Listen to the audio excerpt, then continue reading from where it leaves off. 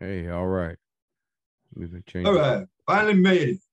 Hey, it took us a half hour to get here, but I'm here Yeah. with legendary underground poet and writer Catfish McDaris. Catfish, what's going on, man? Not much, man. Trying to figure these damn computers out was the worst part. I mean, getting on the camera and talking and stuff like that, and other than that, just trying to stay out of trouble, raking a lot of leaves. Hey, fuck, I forgot what I was going to ask you already. I had a great question lined up to start Oh, with. about the Rolling Stones? Oh, man, the Rolling Stones are awesome. Hey, let me add one thing I noticed. You type with like two fingers. Yeah. Shit, I'm slow, man. Do you write like that all the time? Yes. I write in longhand, I write notes in longhand, and I type. I know where the keyboard is. I can key on a number keyboard. That's what I did for 25 years at the post office, was keying zip codes.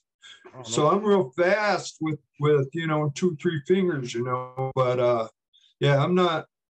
If I let my wife, she's from Mexico, so she types in Spanish. And then she types in English, man. She tears it up, but she won't type for me because most of my shit is too nasty. She said, "Oh no, that's yours. That ain't mine, man." I tried to get her to type stuff, and she said, "Nah, that's not my job. That's your job." Does your wife write? Oh no. Well, she's written a few poems, to give me hell. Mostly she was a potter. She makes pottery. She retired from Northwestern Mutual here in Milwaukee. She worked there as an analyst, for the salesman there. And she was a banker. She paints. She did pottery. She made decoupage boxes. She makes paper mache. She makes some skeleton people and stuff like that. And, all that. She's retired now, too. She's been retired 2 years. Well, she's way more creative than just a bum writer, huh? Oh, hell yeah, man. She's the one that got me into liking Frida Kahlo. And from there, I went to Van Gogh. I saw Frida Kahlo just sold a painting for $34 million, man. Man. Yeah, and she was the first Latin American female painter in the Louvre. She had a painting in there, too, So she's my wife's favorite painter also. Yeah, Frida Kahlo, I love her, man. Her and Van Gogh were my two favorites. Yeah, my wife is Cuban, and we went to the Detroit Art Museum, had an incredible exhibit with Frida and Diego, like a combined exhibit, and Diego's got those murals there in Detroit. Right. If you ever come this way, that's a great thing to go check out. Oh, definitely, man. I like Diego. We saw a lot of his murals in Mexico City, and we've been to their house, their Casa Azul. It's Diego and Frida's house. Now it's a big museum, but it had her boyfriend was Leon Trotsky that ran from the Russians, man. He was a revolutionary, and his house was even more interesting than theirs because it was like set up like a fort. It had like rifle holes and it showed the pick holes where they killed him with a pick, from digging and stuff. A Russian assassin got in there and got him, and stuff. But yeah, it was pretty interesting. I like Mexico City, but it's just too damn big, man. The airport, man. You think O'Hare's big? Shit, man, that's about 10 or 20 times as big, man. I need a wheelchair to get across that thing, man.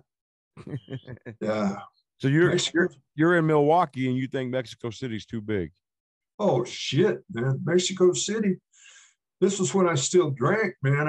I decided I was going to go get me a bottle of tequila, and I went down to the store, man. It's kind of like a Walmart or something in Mexico City, man. And I see these people, there's so much traffic and they just take off running, and the traffic is like running across the freeway, and they all you got to look around and you see the people running, man, and shit, you can get killed, man, you know, and get a bottle of tequila. I ran with them on the way there. And when I got my bottle of tequila, man, I took a taxi back to the hotel. I said, shit, I ain't that crazy.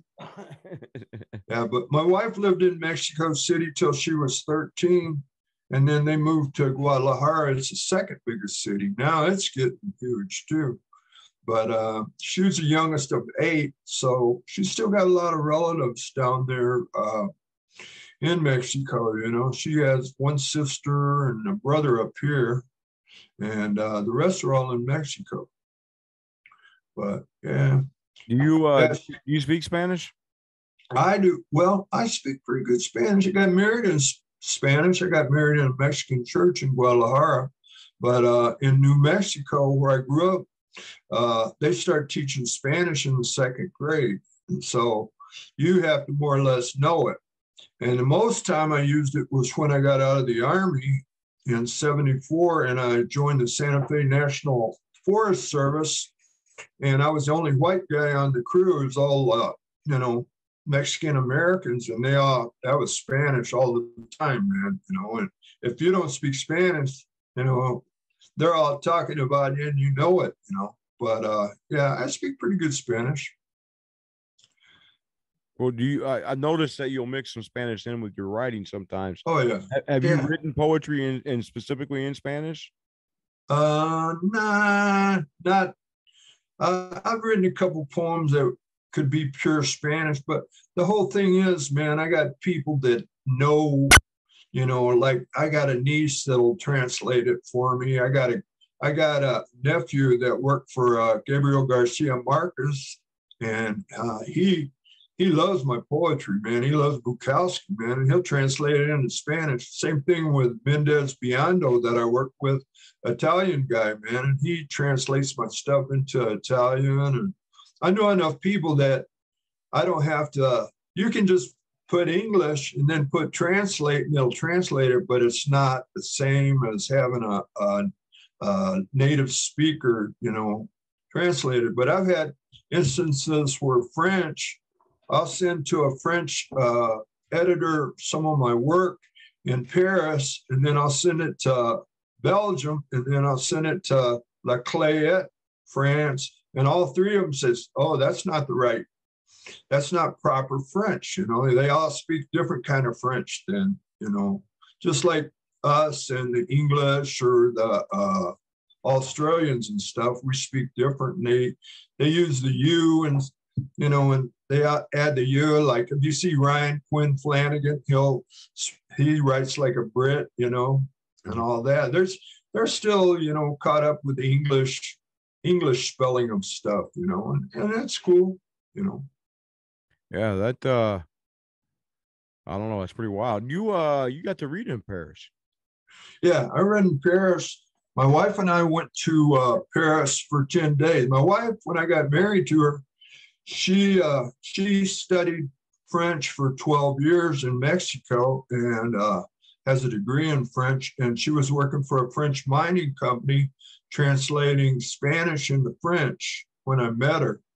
And I met her down in Puerto Vallarta, Mexico. And so we were married 25 years, was 38 years this past October. 25 years we went to Paris for 10 days.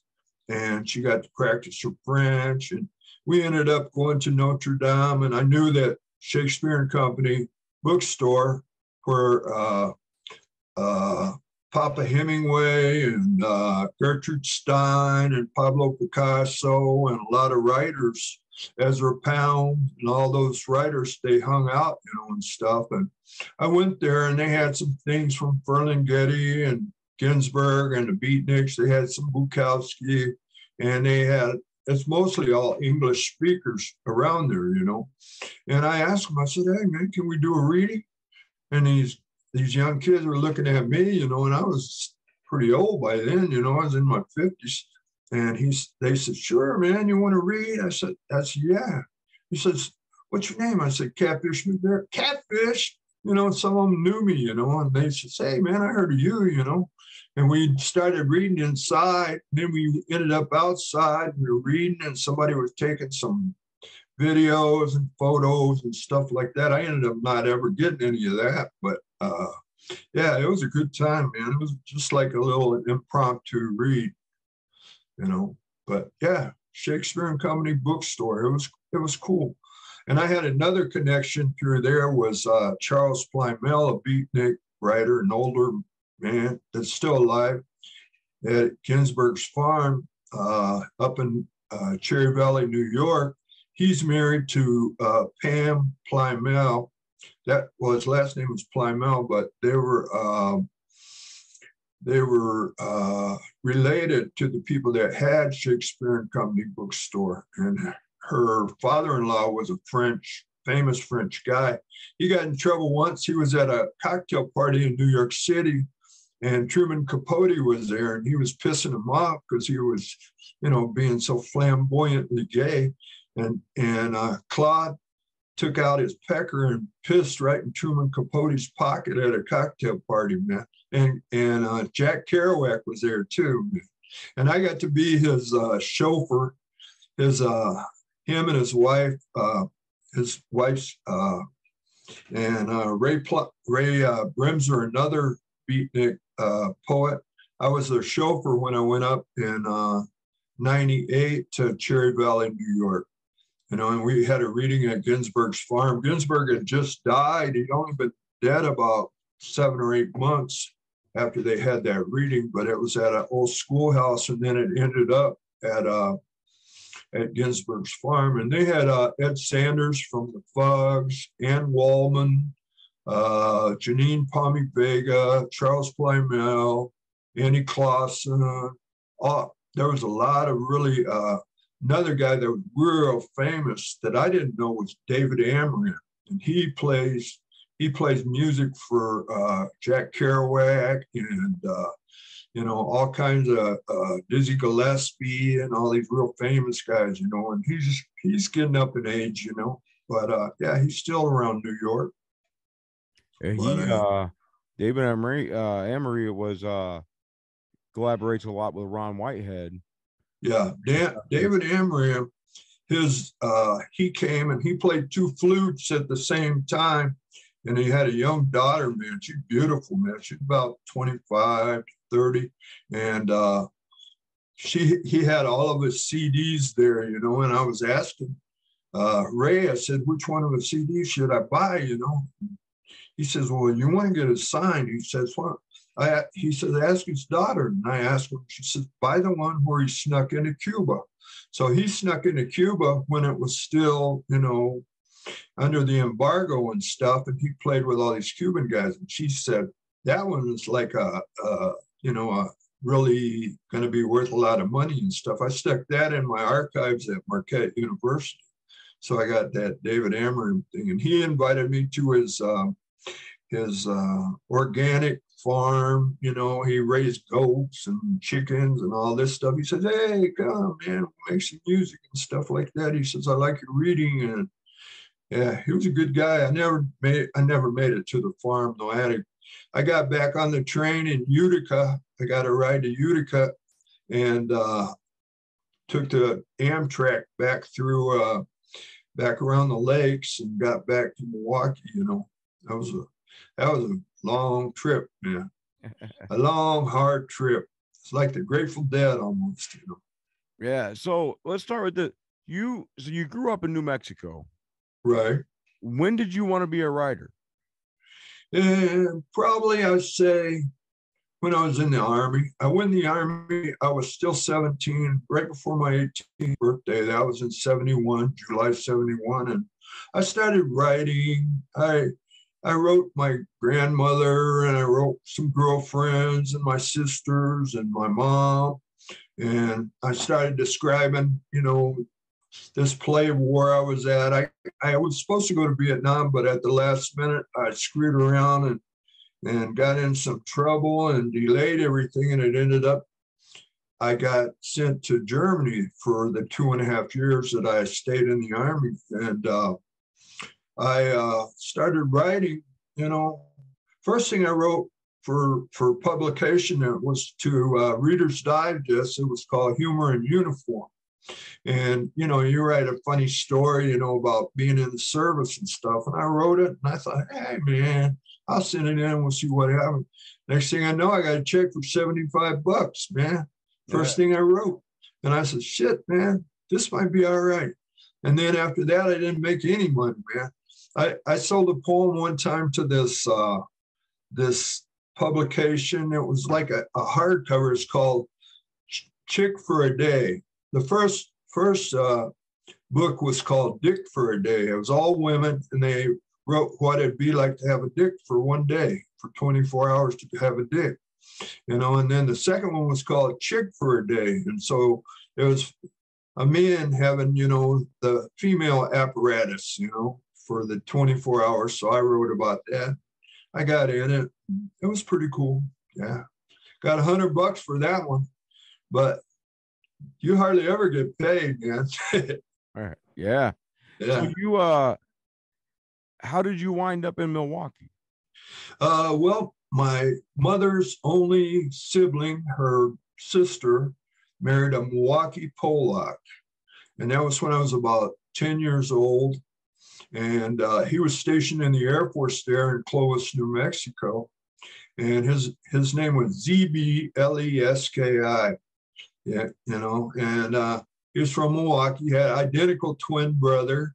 And I came up, and he was a really cool guy, you know. So he was like my uncle from when I was a kid, you know.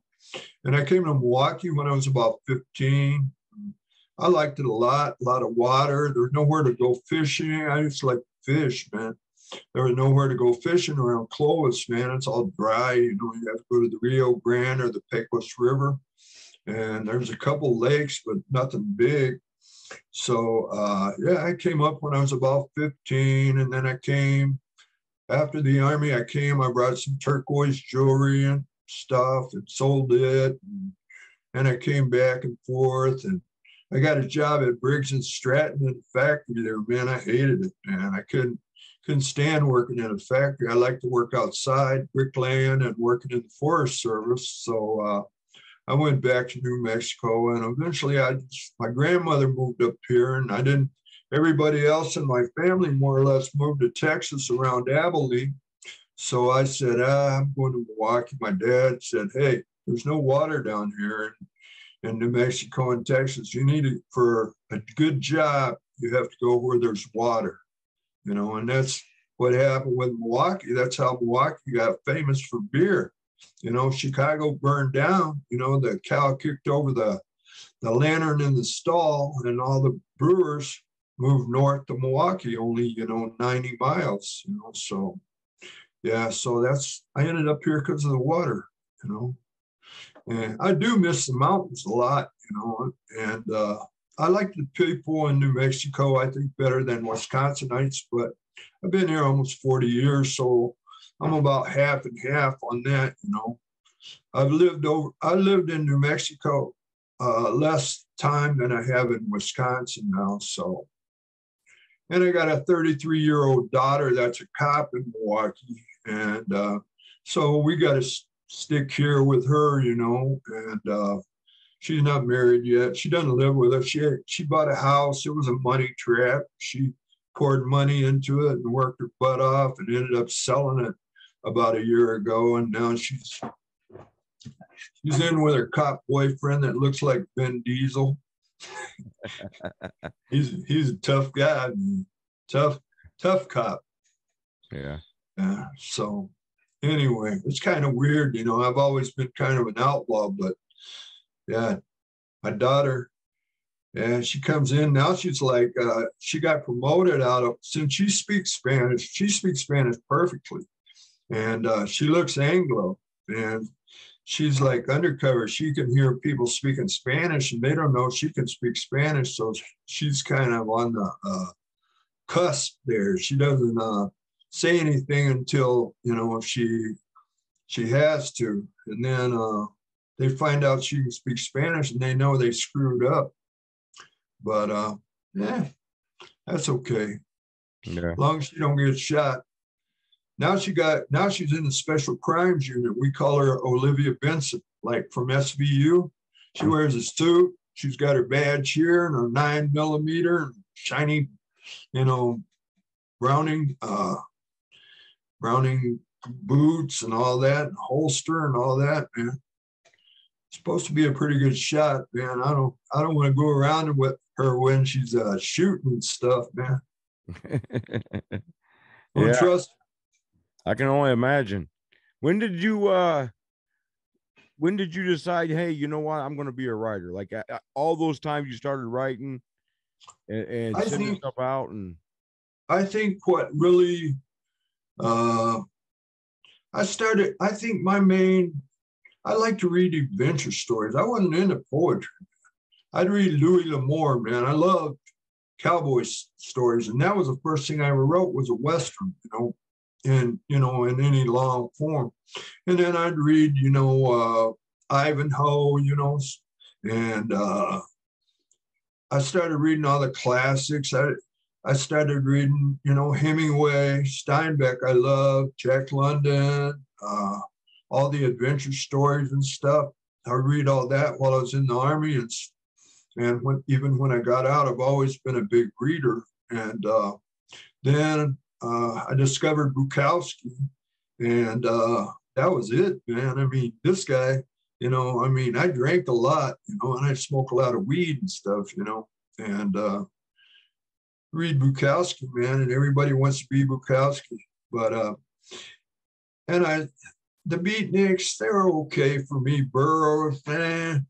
I like Gregory Corso a lot, and some of the beatniks, I like Gary Snyder, Lawrence Ferlinghetti. I just wrote a poem about him, dying and stuff not long ago. And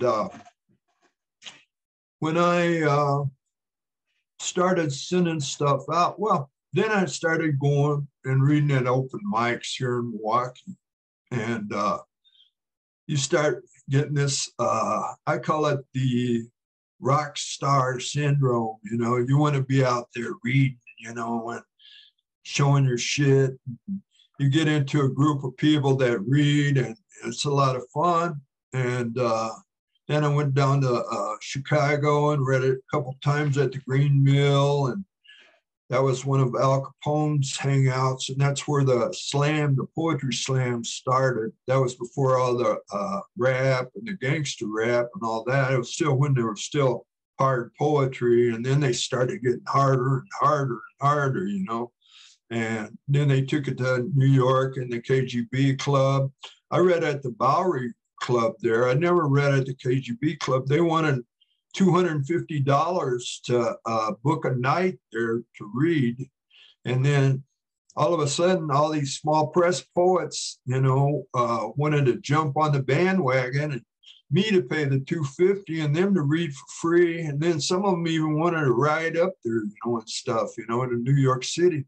And I didn't know whether they weren't offering to help me pay or anything. So I said, nah, I ain't reading there, man. So I read on the street. That's when I met up with this Jimmy Spencer, man. He was a Jimi Hendrix impersonator, man. This guy could play Jimmy, man. He was on the street and he was burning, man. He was right by Times Square, and I walked up to him, man, and we started talking. And I says, hey, I got some poetry books. You think I could read along with you? He said, hell yeah, man. We started reading, man. That money started flying in that open guitar case, and stuff. And we had a book real quick, and then I says, hey, let's go down to the Poetry Bowery, to the Bowery Club down there. And he said, okay, and we went there and we read in front of the Bowery. So I say, oh, yeah, I read at the Bowery. Yeah, I read out in front of it. I had to read in the club, man. You go in the club, and they used to have these steps in there, and they'd have, on one step, it'd be Pablo Neruda. On the next one be Allen Ginsberg, and all the way up the stairs, And then you go down in the basement. One thing about New York and Paris that are the same, and I'll tell you this, is most of them all have the bathrooms in the basement, and most of them are all leaky as hell, man. I mean, and in the Bowery, they had this huge box. It was like a box that a washing machine would come in, and it was just full of chapbooks. Everybody go there that read, they'd throw their chapbooks in there. And the water, they had it up on a pallet, but it was still, man, it was like a foot of water in there, man. It was all soggy and shit, man. Half the box was soaked up to about your waist. That's the shit. I ain't never reading in there. I ain't going to throw my book in there for a waste, you know. But we went to Rodney Dangerfield's club. That was one of the funniest times I had. He was already dead, but he had the waiters in there, man. They were funnier than the comedians, man. I mean, they would crack your ass up. You'd be falling out of your chair laughing and shit. We went to Carnegie Deli. They used to be real famous. It's closed now, man. You order a sandwich and it's like $26, but they bring you enough for about a 6-people meal, you know, just rye bread and all this. And it's got all the pictures on the walls of all the stars and presidents and all this stuff, you know, and everywhere you look, it has stars. And these guys, man, they're bringing you all kinds of food, man. It was huge, you know. It was a good time. I had fun in New York City, but you got to watch out for bed bugs, man. They have seasons there where they have bed bugs, man. You want to be careful the hotel you get or wherever you stay, you know. I got invited not too long ago, a few years ago, by George Wallace to go to New York City, and he runs Walt Whitman. It's like a barn kind of thing out on an island right there in New York City, you know, to read. And I didn't go. I didn't really feel like going, you know, and stuff. I would have took my wife with me, you know, so we could have, do some sightseeing, go to the Statue of Liberty and go to the museums. We go to the different museums. Yeah, you're talking about that Detroit museum? Yeah, definitely. I'd go there for sure, you know. I like to go to the one in Philadelphia. We go to the Chicago Art Institute all the time, man. At least once a year, you know. They have big shows and stuff. Here's a fun fact. My father-in-law has a painting at the Chicago Institute of Art. Okay. He's a Cuban-American painter, and his painting's no longer on display. It's in their archives now. But okay. That's still pretty cool. He has one at the Smithsonian too. It's in the archives. So that's pretty cool. They're inside. They're in the museums. Yeah. He's in about 50 different museums. He's actually pretty well known. He agreed. Hey. He's going to be on the podcast soon too. So that's pretty cool, man. A lot of big heavy hitter artists, right, man? Yeah, Cubans, man. Cubans got a lot of art, man. We wanted to go to Cuba when they opened it up, but mainly I love to see old cars like that because they're the only kind of cars I recognize. But they kept them going all these years. They put Japanese Toyota motors in them and all kinds of stuff, but they were still American metal. They were still, you know, well, you're a car man, you know that as Detroit steel, man, you know, and they're going to keep that going, even though they're in the ocean and they have salt and stuff. They still kept it going, man. But we ended up going to Veracruz and Jalapa, Mexico, because Cuban at the time, to go to Cuba, it was still really expensive, and they had certain regulations. You had to go there on a tour and all this stuff, you know. I wanted to go to Hemingway's place, but they had Hemingway. You can go to Key West, you know, and see his 6-toed cats and stuff. I was just talking to a lady about that not too long ago. Yeah. But yeah, that's cool, man. And your father-in-law's got art in there, man. Yeah, he's pretty incredible human. By the way, when I finished my book, he had made me a bet one time for $1,000 I couldn't write a book and get it published, and he paid up, man. When I got my book published, I was just as surprised as he was that I actually wrote one and it came out. But you know, that was pretty cool that he came out and wrote me a check. You got in with Iris, man. That's a good place, man. Yeah, it's been real good to me, man.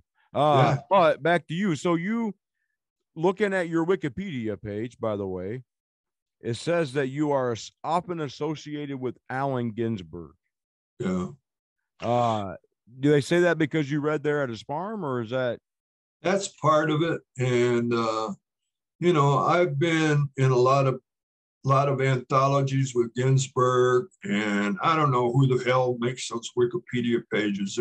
They have me in there at the bottom of it. It has me as a poet laureate of Milwaukee, and I never was a poet laureate of Milwaukee. I was nominated twice and voted down twice. They kick you out mostly because it's for academics. Antler was the first one. I got a call a few years ago to be in a big anthology for Great Lakes laureates.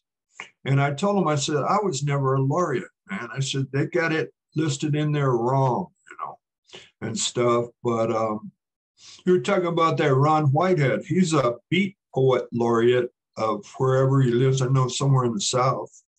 Anyway, I'm supposedly supposed to be the Wisconsin poet laureate starting in 2023, and that's for 2 years, but that's supposed. I was supposed to get the Pulitzer Prize nomination last year for my book, my little book, The Impala. But you can't put that you've been nominated for, you can say you were nominated for a Pushcart Prize, but to be nominated, for you to put it on your resume that you've been nominated for a Pulitzer, even though you are nominated, you have to be in the 3 finalists. You can only put you were an entrant to the Pulitzer Prize. You're an entrant.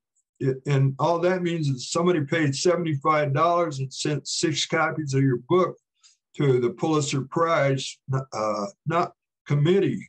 And you can't say you were nominated, though. A lot of people do say that anyway, but I found that out the hard way. But whatever. Yeah, I've heard winners are losers anyway. The only ones that are winners are the losers.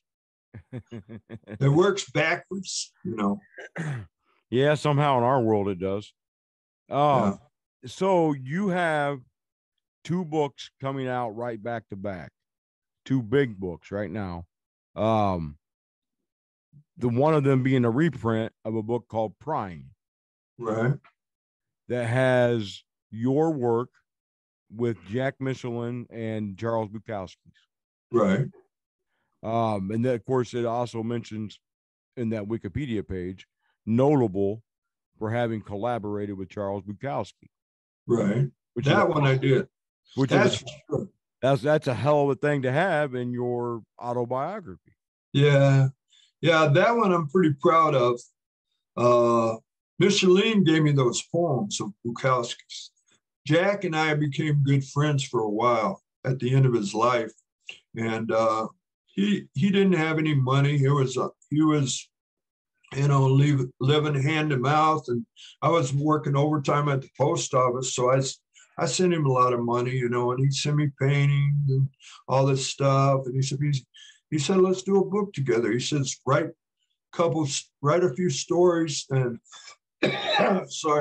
write a few stories and I'll send you these poems. And he sent me these 4 Micheline poems that he'd written in 1974. And I said, okay. And I put the 4 poems, I gave them to a friend that ran First Class. And it was a book, magazine that he was running in. And he put the Bukowski in there. He put Micheline. I think he's got 6 poems, and I got 3 little stories. And he put them all in there. And man, Micheline got so pissed off. He said, what in the fuck did you do, man? He said, I gave you those poems. He said, you weren't supposed to publish Bukowski. He said, Bukowski's got 12 books coming out in LA right now. This was 90, I think 7. And Bukowski died in 94. He said he's got 12 books coming out. Why aren't we going to load the small press up with some more Bukowski stuff? He was pissed off about it, but I said, okay, we'll pull Prying. I'll talk to Chris and we'll just pull Prying, man. and we'll send you some dough for your poems and stuff. And he wrote back, he says, "No, keep crying going. We'll go." Because he was getting some bucks on it. I wasn't taking any money. Chris was making a little bit, but I wasn't making anything. I just had my 3 poems, my 3 little stories in there, and now, Newington Blue Press in Germany, they're going to use Prying as a centerfold, and it's got a lot of people that knew Bukowski. Joan Job Smith, she knew Bukowski personally, and her and her husband, Fred Boss. I don't think Fred's in there, but Joan Job's going to have some in there with some other people, and a lot of people that knew Bukowski. They're going to have a bunch of stuff. And Matthias Kruger, he lives in Germany, and he's getting it all together. He's been running this. I was in the second issue. He calls it Book 100, number 2.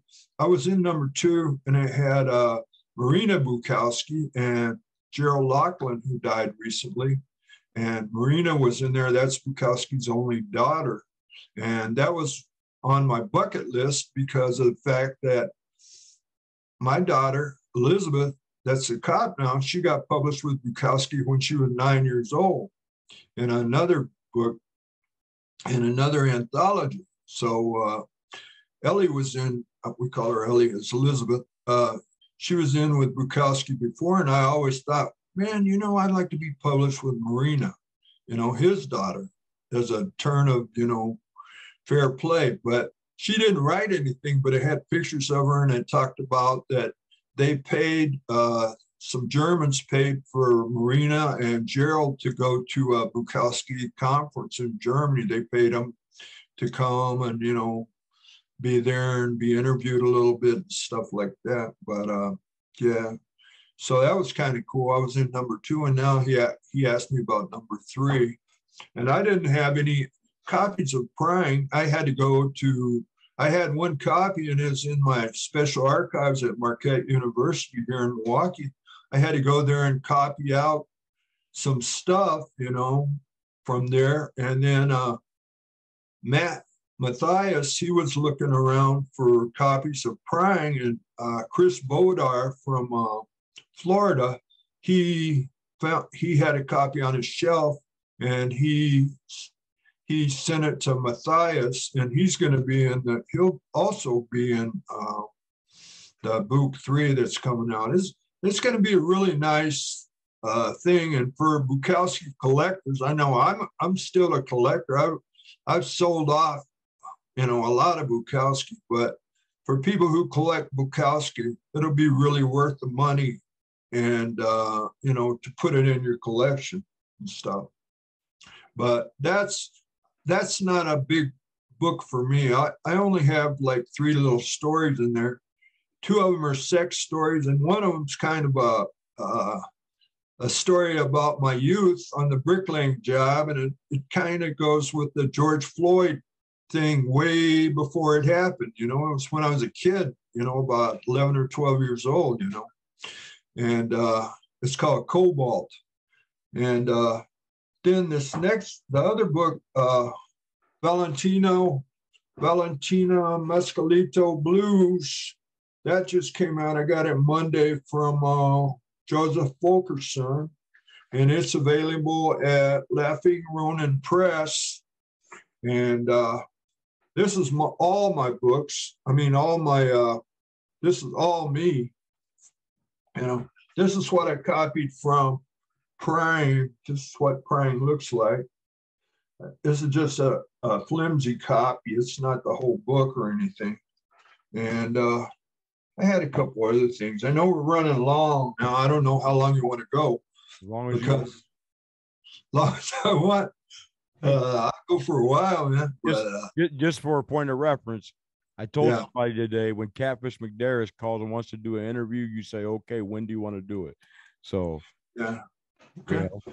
Well, I got I called around and I says, I'm going to have to do a little promoting for Valentina Mescalito Blues. And I got a little bit of praying, you know, and I says, you know what, I'm going to promote it. I got a blog talk radio out of Washington, D.C. with Dr. Michael Anthony Ingram on December 2nd.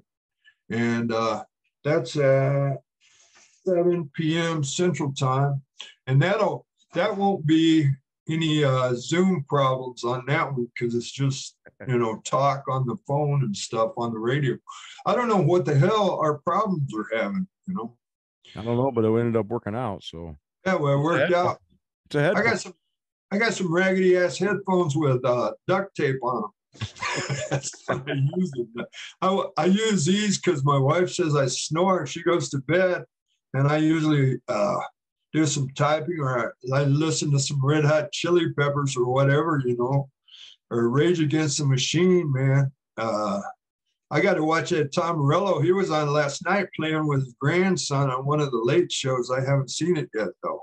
I watched Sting last night, too, man. He was pretty damn good. His music all sounds the same, though, man. I want my TV. You know, it's like Rasta music a little bit. He's got that Rasta beat, but he's still good, man. He's still cool. What? How much does music influence your work? I say a lot. You know, I mean, I got to see Jimi Hendrix twice. I saw him play the last gig he did with Experience. That was at Denver Pop Festival. That was right before Woodstock. It was Woodstock of the West, and it had Hendrix, Frank Zappa. Zappa blew Hendrix off the stage, man. Frank Zappa was a fucking good guitar player, man. He was really good, man. And there was a lot of really good people, man. Joe Cocker had Leon Russell and Eric Clapton playing with him. And I mean, there was a lot of, you ever look up Denver Pop Festival 1969, you'll see who played for 3 days, man. And there was just free love, man. It was something that turned me into a hippie, man. Big time, you know. But yeah, music, I think music, I think it affects everything, man. I mean, the Beatles, where would we be without the Beatles? The English invade.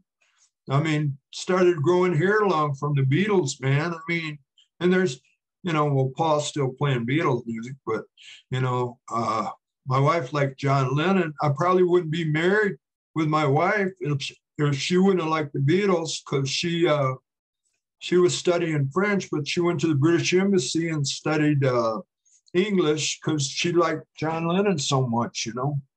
But yeah, I mean, music affects everything. Music, to me, poetry is storytelling. To me, that's the main thing to me. If you can tell a story, and you can have some stuff, some rhyme is not too bad, but it, you know, most rhyme sounds Dr. Seuss kind of shit and Hallmark. But poetry, you listen to and you get your ideas about it. But music, you go ask a girl to dance, man, and you wait for the slow one. That's when you pull them in, man. You know, you get out there and have fun and just go crazy dancing and stuff, man. That's music, you know. That's where you're having that's a prelude to sex, man. Poetry is not that, you know. It's not that, man. You know, they're reading and stuff. Maybe you get a groupie or two, you know, but yeah. I tell you something funny, man. You know, Michelle McDonald, Michelle McDonald, you met her in person, right? Oh, yeah. Okay. They came to Milwaukee in her group, Frankie and Mike Grover and all them guys, you know.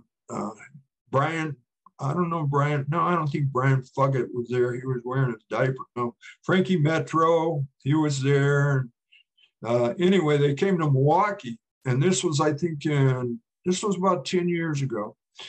Michelle and I were the kind of the head part of, we were the leaders of this one little part where they were going to have a reading, you know, for some people and stuff. Anyway, the whole day was like a book thing. It was in the Polish Falcon bowling alley. It's the oldest bowling alley in Milwaukee. And Michelle, I was with my wife, and I had all these books, all my chapbooks. I had a bunch of shit I wanted to sell and all kinds of stuff like this. And this guy comes out of nowhere, man. And my wife's sitting right there. Aida's sitting right there. And he says, hey, man. He says, what? How much is these books, man? I said, $5, $3. You know, he says, can I give you a blowjob for one of them? I said, no, man. What, are you crazy? I said, this is my wife right here. He says, I don't care. I don't care if she watches. He says, we're just going to the bathroom. I'll give you a quick blowjob and you give me a chapbook. I said, fuck you, man. Get out of here, man.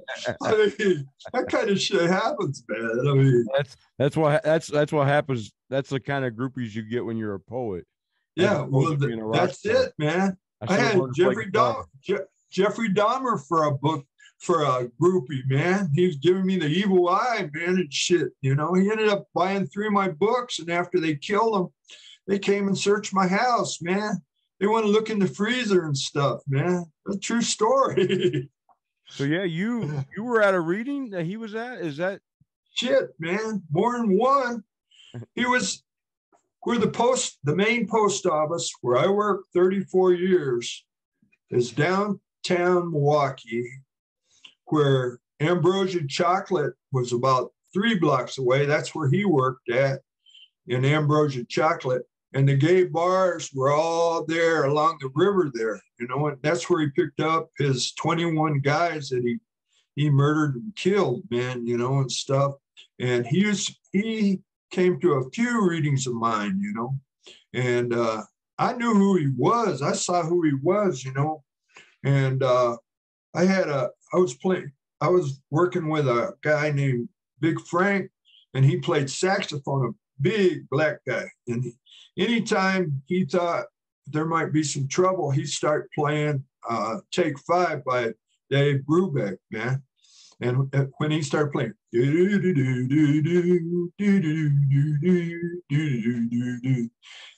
I'd start looking around, man, like something's going to happen, you know. And every time he saw that guy, man, he'd start playing it, man. And I just stopped reading, man, and we'd walk away, you know. And he started playing it, and he said, man, he says, I got bad vibes from that guy, Catfish. And I said, okay, Frank. He said, about 2 days later, they had him on the news. They were dragging his ass away, you know, and they had bodies, and they had dollies and his refrigerator and heads and all kinds of shit, man. It was terrible, you know. But my daughter trained with the guy that caught Jeffrey Dahmer, and he died not long after that. But when she was first training as a cop, she trained with the detective that caught Dahmer. But yeah, man, that's some bad news. I forget sometimes how big of a story that was for Milwaukee. Oh man, oh yeah. We had Ed Gein up here too. He was the one that turned all the bodies into lampshades, skinned them and shit, you know. And yeah, he was the one they made the Texas Chainsaw Massacre after. But they've had Dahmer.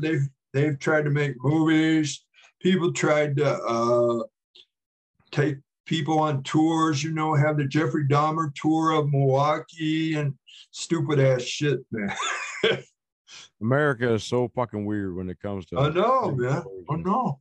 I mean, I don't know, man. How did you get the nickname Catfish?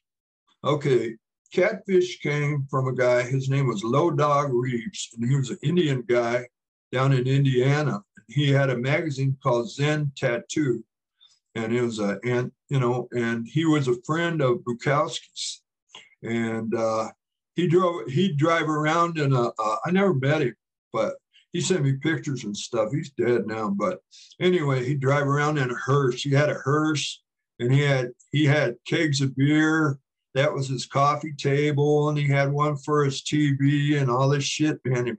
You know, he was, I don't know what tribe he was from, but he put me in, and that was when I first started getting published with Bukowski pretty often and stuff. And I told him, I said, you know what?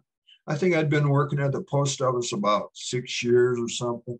And I said, man, I hate the fucking post office. It's fucking just mountains and zip codes every fucking day, man.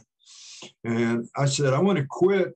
And there's all kinds of rivers in Milwaukee. I said, there's buildings that they've abandoned. I said, you could make a catfish farm, you know. And they were making food farm. Now they have tilapia, they have catfish and all this stuff. And they had, the fish would circulate through the waters and stuff. And then they'd, where they use the bathroom and stuff, they'd grow chia sprouts and bean sprouts and all this stuff, you know. And so I had all the plans made up to start a catfish farm, and he started calling me Catfish, you know, and that's stuck from there. He said, hey, Catfish, hey, Catfish. So I started using, he said, use Catfish. And I did, man. So I went from Steve to Catfish. I did write at Steve when I first started, but Catfish stuck, you know.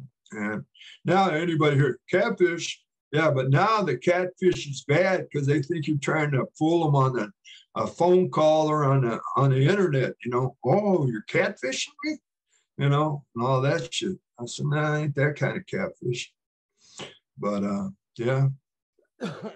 What are you most proud of so far as a writer? Most proud of. I wrote this one probably the ones that my wife really liked, you know, the poems that my wife really liked. My first Western that got rejected and I got ripped off for $200 for a reading fee. My mother and grandmother were alive then and they really liked it, you know. And some that my daughter, I've written about my daughter and stuff like that. But probably of all my books, and I had some big ones, I had some little ones, you know, and all that. But I did this one little book called Making Love to the Rain. And it was just like a little quarter size, you know, like a small size book, a little chap that Leah Angstman did. And I think that was my favorite little book. And that's the one I read with Jimmy Spencer in New York City, you know, off Times Square.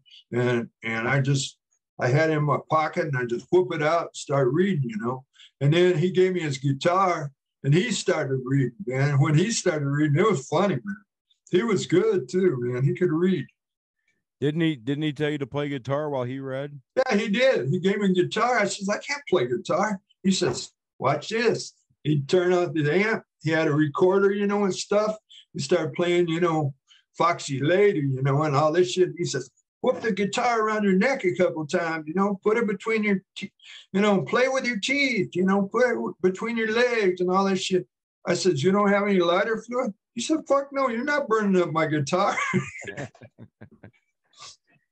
What, out of all the places that you've read at and all the readings you've done, what's your favorite reading?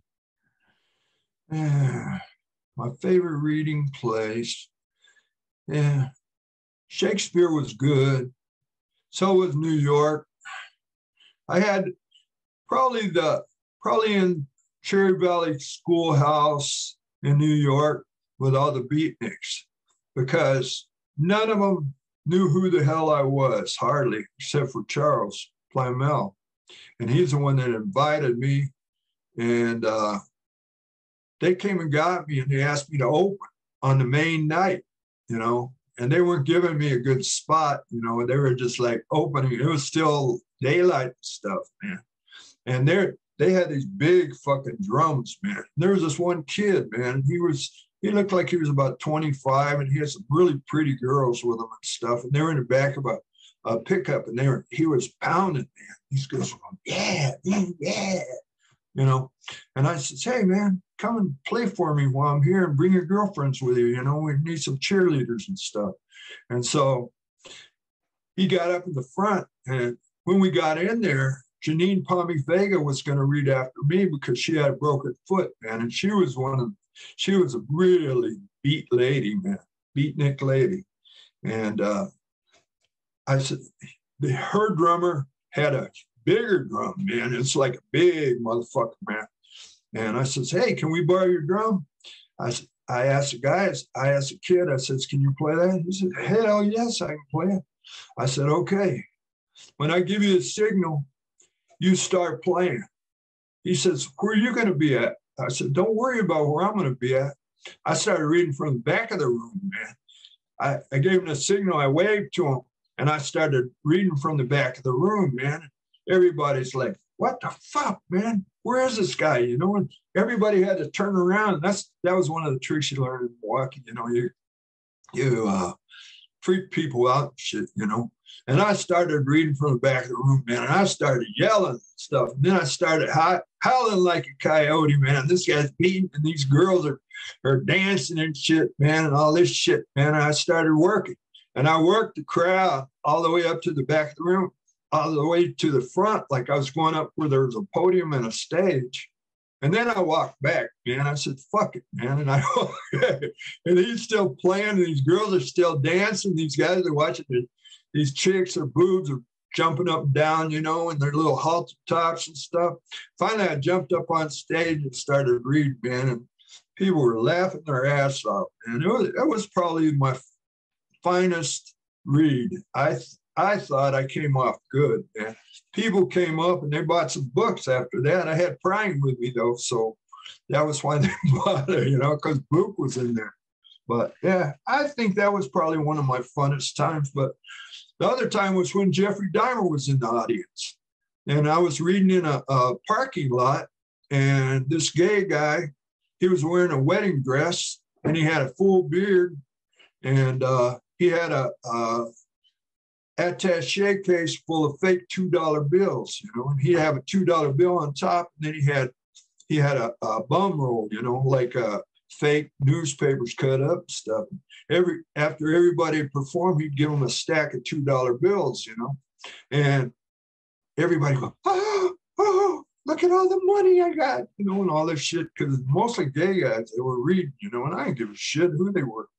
Anyway, I got up there, and me and Big Frank, and I see this blonde guy, and he's looking at like, oh, you know, like this, like, I want to eat that motherfucker, you know, and he's off in the distance, man, and he's got that 1,000-yard stare.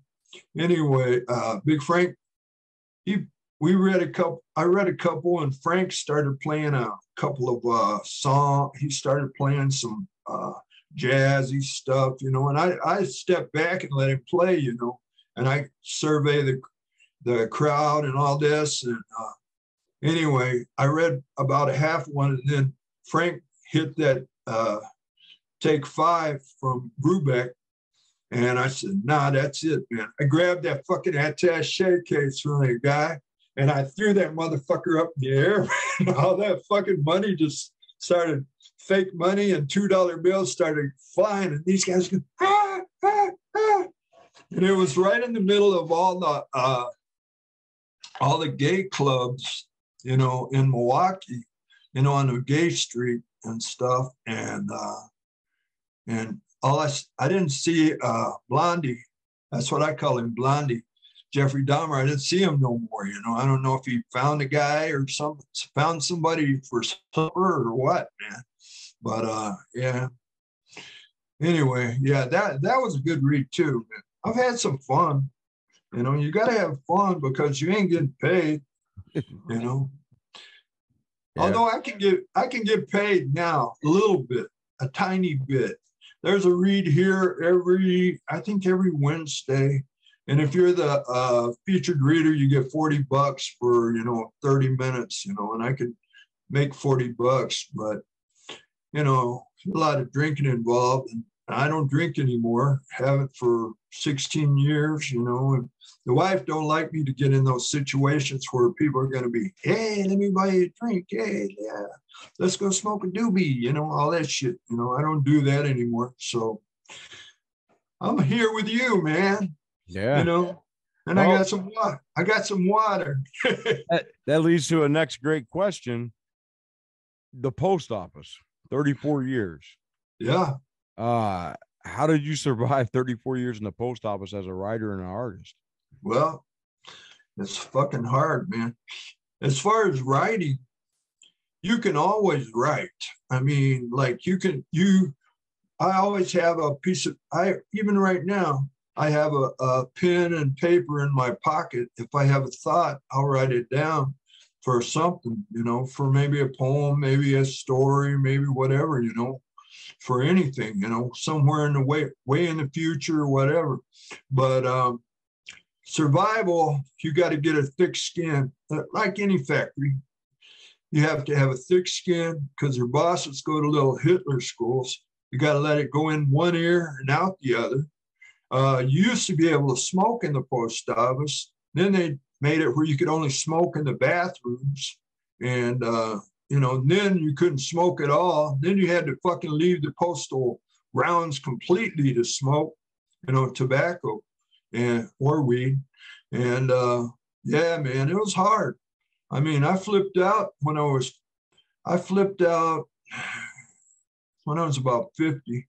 I blew my arm up and I had to go in. They gave me cortisone shots. I had carpal tunnel and they operated on me and all that shit, man. It was fucked up, man. When you use your body as a machine, it's going to give up eventually, you know. And mail, you know, isn't that heavy. I mean, you're talking about you working in the Jeep factory. I mean, you know, man, metal parts, everything's going to give up on you, you know. And people, you being a steward, you're going to be dealing with a lot of people. A lot of people have complaints and stuff, and you have to survive. I had a wife and a daughter, and I was bringing home the bacon, man. We didn't have anybody we could depend on, so my wife quit working. She was working in international banking, and then my daughter was born, and she quit her job and stayed home for 12 years making pottery and teaching Spanish and making decoupage and all that stuff. And that was, we had potters and poets over, you know, about every 2 weeks. Antler and his now deceased man friend used to come over all the time. And we had a lot of, Antler's probably the #1 poet in Milwaukee, I'd say. And yeah, I haven't seen him in years now, but he lives on the other side of town. But, you know, someday I'll see him walking down the street and we'll start talking. He's the nearest thing to Walt Whitman I ever met, man. I mean, a hell of a good poet and a hell of a good listener, man. Oh, that was one of the best readings I ever saw was Antler with Wanda Coleman. Wanda Coleman, man, she's gone now, but Alexis Roan Fancher and Wanda Coleman's children grew up together, you know, and Wanda Coleman was published with Black Sparrow, you know, that did all the Bukowski's stuff, John Martin. But yeah, man, that was one of the best readings I ever saw of man and woman, you know. You want to read some poems for us? Yeah, I'll read a couple. Okay, I'm going to read this one. This is from, I got to get over here, Valentina Mescalito Blues. These are, marked here. All right. I'm going to read the first one. It's called Humanity Matters. That's a new poem. Okay. 68 years ago, on Route 66, I was born near the Sangre de Cristos. Yesterday, the love of my life and I saw a protest sign that read, "Save a life, kill a cop." my Mexican wife cried. My knuckles clenched the steering wheels. Our young daughter is a rookie cop in the bloody, torn streets of Milwaukee. Black Hawk helicopters patrol the skies. Army snipers are assigned to the roofs of all the police stations. Rioters are throwing Molotov cocktails, bricks, and bullets. They loot stores and burn neighborhoods and aggravate the pandemic. I cleansed my weapons I hadn't touched for 40 years. Anybody wants to hurt our Blue Angel will pay. I will take war unto thy streets until my guns fall lifeless. That's the first poem. Okay, here's number 2. This is kind of a true story, too. This guy asked me to dance. It's when I first got married, too. It's called The Night Jimi Hendrix Asked Me to Dance. When you fall in love, you lose all 5 of your senses. Oscar Chavez. Now, this book is it's about Valentina, is the heroine, and Dancer is he's a male hero. Valentina and Dancer hadn't been together long. After heated discussions with friends about great bands, Moby Grape, Strawberry Alarm Clock, Spooky Tooth, Iron Butterfly, Buffalo Springfield, they all went to a dance. 3 couples hit the floor, crazy wild, uninhibited, throwing hair and hips. After 5 songs, they played John Lennon's My Girl. Valentina tried to lead. Dancer frowned. She said, "You dance like a cowboy." That's my Texas two-step. We need practice. They all sat down for a breather. Mendez and John drank a beer. A young black dude asked Dancer to dance. Dancer said, "No, thanks. I never danced with a man." "That's not what you said last week. We spent the night dancing together. You told me I looked just like your hero, Jimi Hendrix." Almost everyone at the whole table started laughing and crying. All right. We're going to go a little longer this time. Okay. This is called Monte Alban. That's the name of a pyramid down in Oaxaca, Mexico. Valentina was unusual. She had it all. When she whistled, Dancer sat up and begged.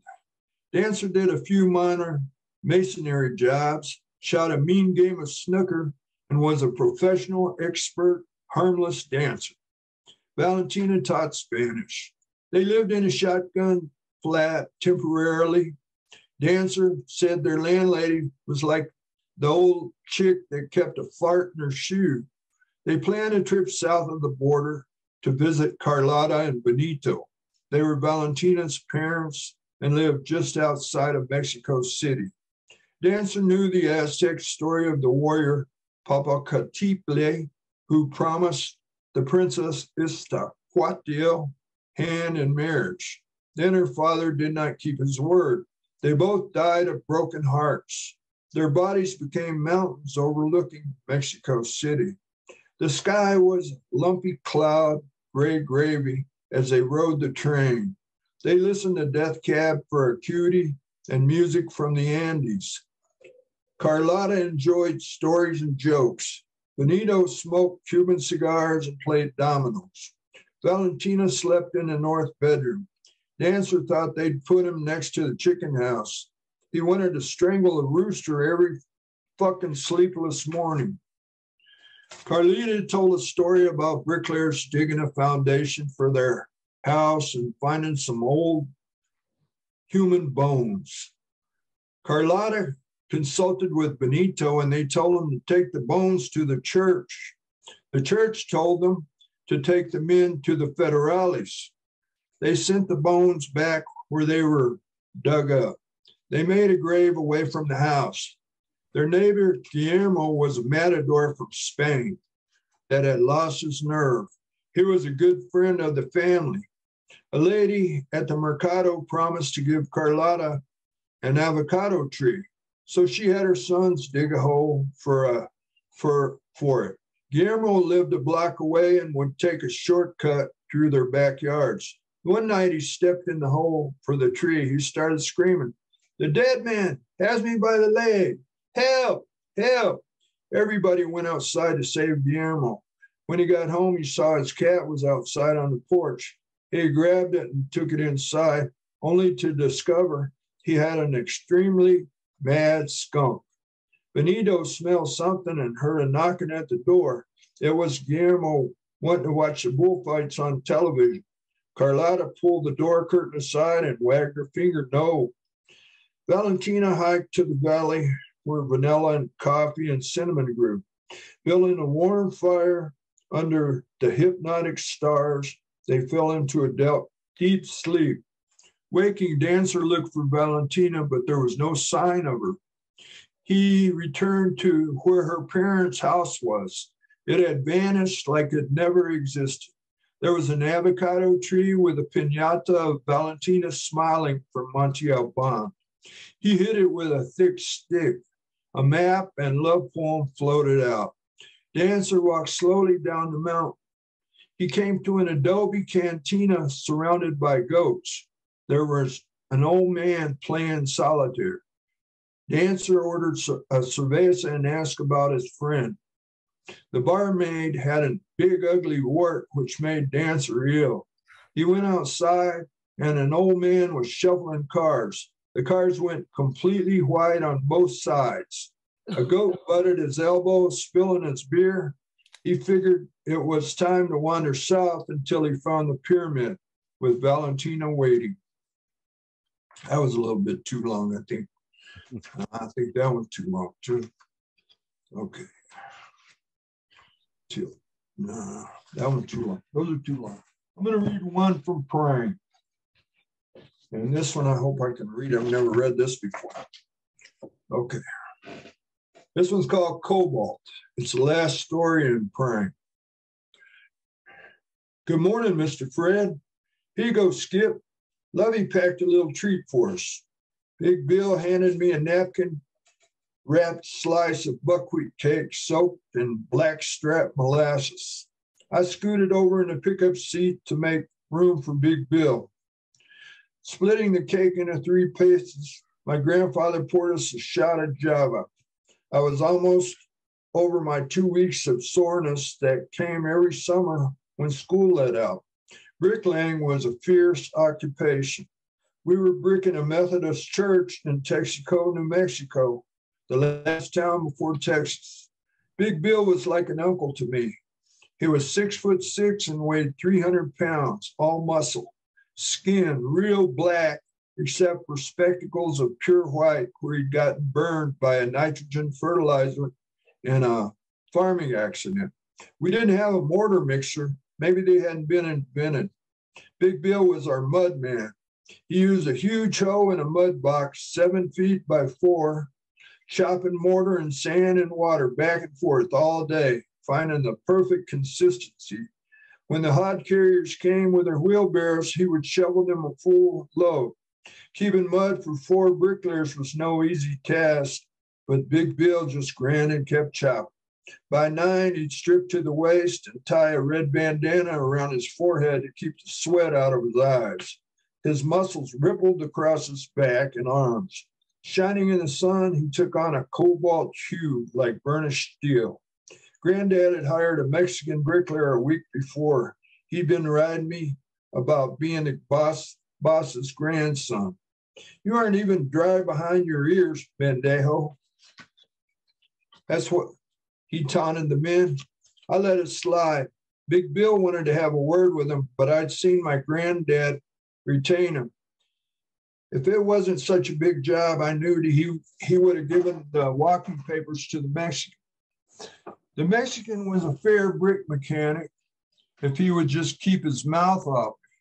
After a couple more days, it became a splinter beginning to fester. Oye, cabrón, if it wasn't for your grandpa and that big nigger, I'd spank your ass.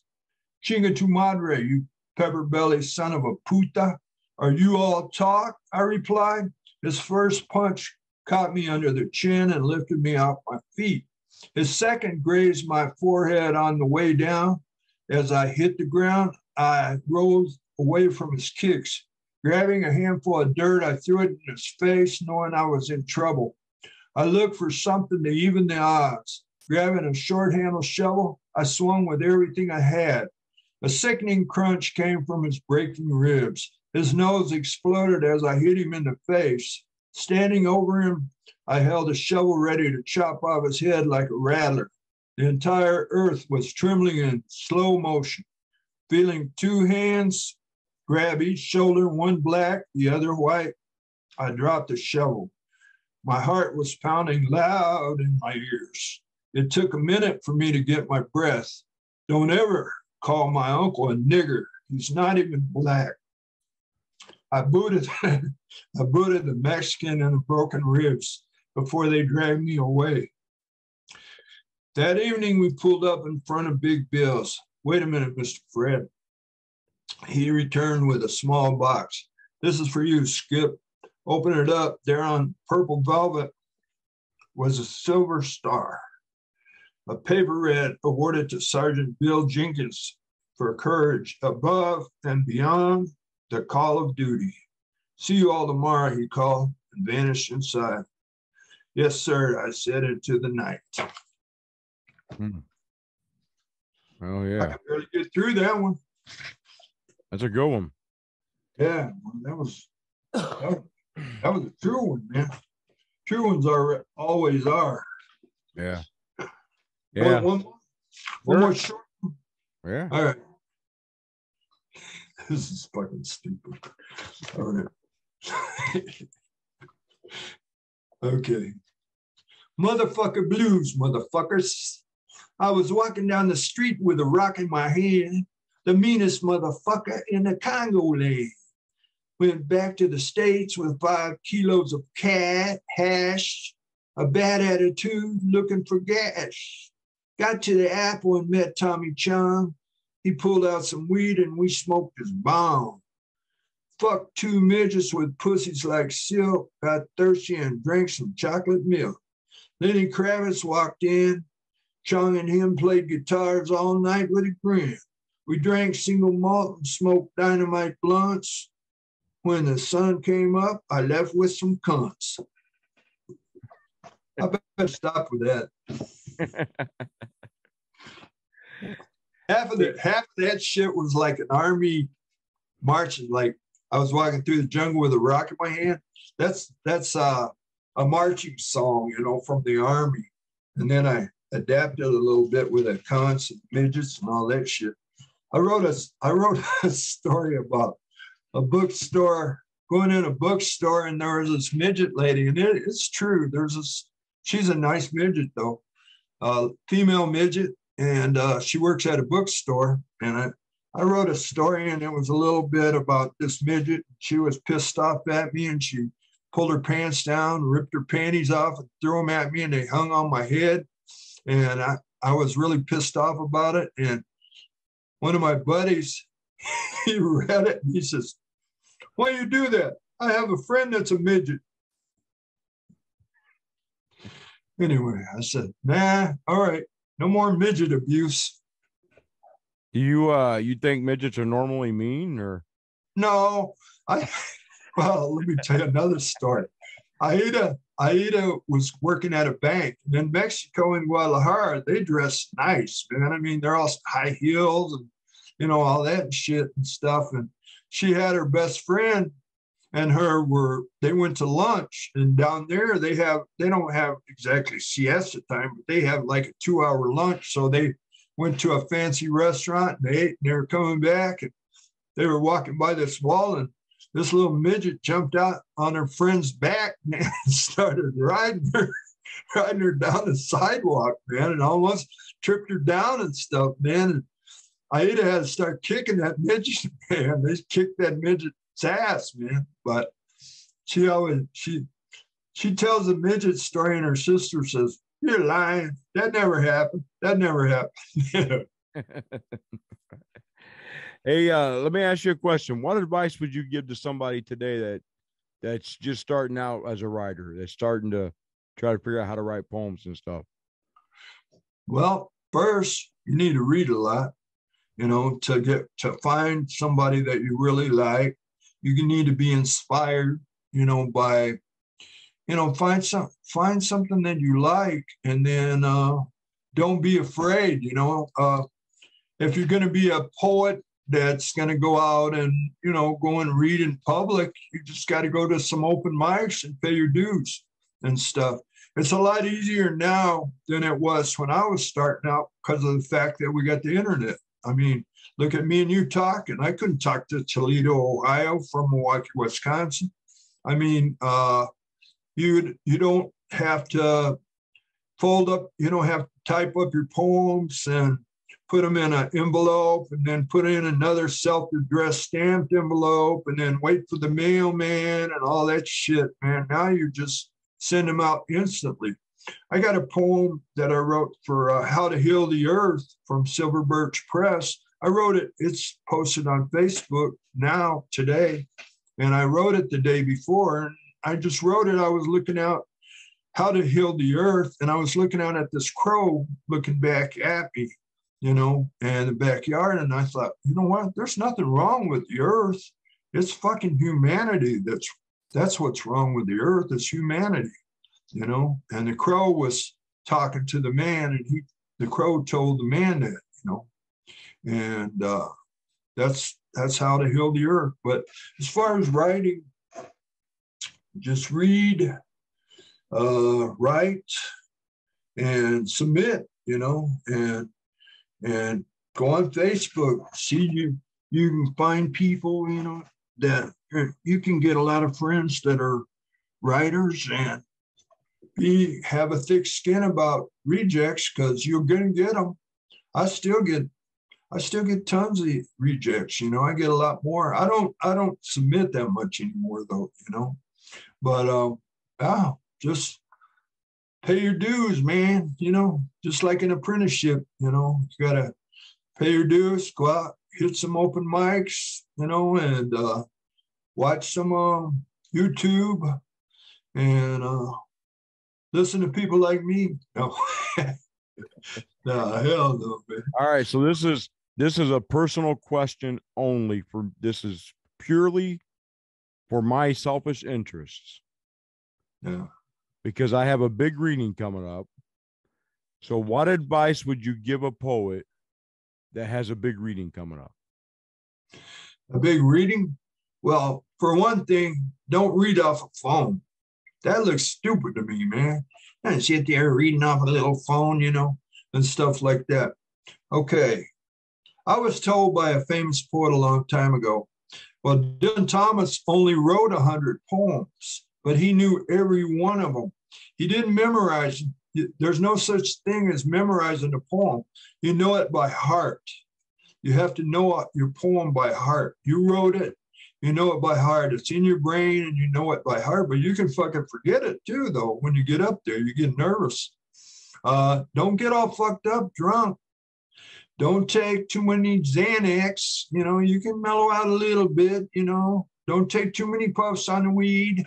You're going to have to get a little bit loose to do it.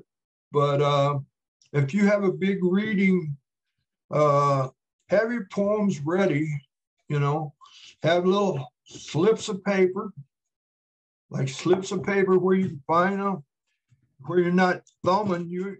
There's nothing worse to me. Like, I just pulled all these pieces of paper out. I had marked about 4 books, stuff of what I might read, and have some backup stuff that you're gonna read, pick out what you're gonna read, practice. You can read, and see how it sounds. If you can't pronounce something, like I try to pronounce those words from the Aztecs, shit, I just fake it, man.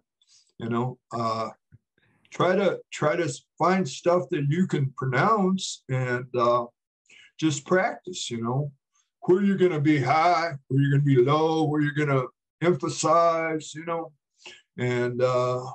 and leave the audience wanting more. Always do that. You don't want to overstay your welcome. I mean, when you start getting boring, man, Come on, man. Shit, get up. You know, because most of the poets that come to readings, they're not there to hear you read. They're there for you to get your ass off so they can read, and they try to, there's competition, man. They want to be better than you, you know, and that's what happens sometimes. But, you know, to do all that, and you have to just keep trying, man. You know, just keep on trying. And if you can't get a good name like Catfish, you can always use pork chop, you know. Yeah. Sometimes you gotta use the cards that you're given. You know? Hey, I used to work in a zinc smelter in Amarillo, Texas, and this one guy asked me, he says, "How come they don't call you Zinc Man?" You know, I said, "I don't know. Nobody ever called me Zinc Man." That's one of the worst jobs I had. It's like working in hell, yeah. Which reminds me of one line in the Wikipedia page that I have to ask about. It says that you once lived in a cave outside Denver or something. No, in New Mexico. I lived up in Spence Springs. Yeah, man. There's a hot springs right there. It's like a nudist colony, man. And then not far away from there was Running Bear Nudist Colony. Yeah, they had cave, man, but they had tourists coming from all over, you know, and they'd come and the girls would all get naked, man. And I was up there in my cave, you know, and yeah, man, we built fires, have food, cans of food.